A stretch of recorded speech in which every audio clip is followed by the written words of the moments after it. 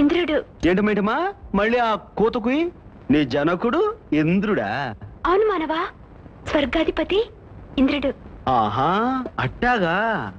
నువ్వు స్వర్గాధిపతి ఇంద్రుడి కూతురు అయితే నేను ఈ దుర్గాధిపతి చంద్రుడి కుమారుణ్ణి. ఈ ఏరియాకి మనం మొగటంలోని మహారాజులం. మనతో పెట్టుకోకో, కోసాలు కదిలిపోతాయి. దగ్గరకు వచ్చి తిను తిను.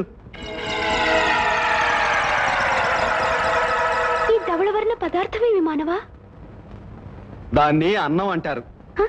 ఏ ఎంతకాలం గడ్డి గాదం తిని బతికావా? ఇదేమి మానవా? అది వంకాయ. దీనిని ఏమి చేయవలయను? దాన్ని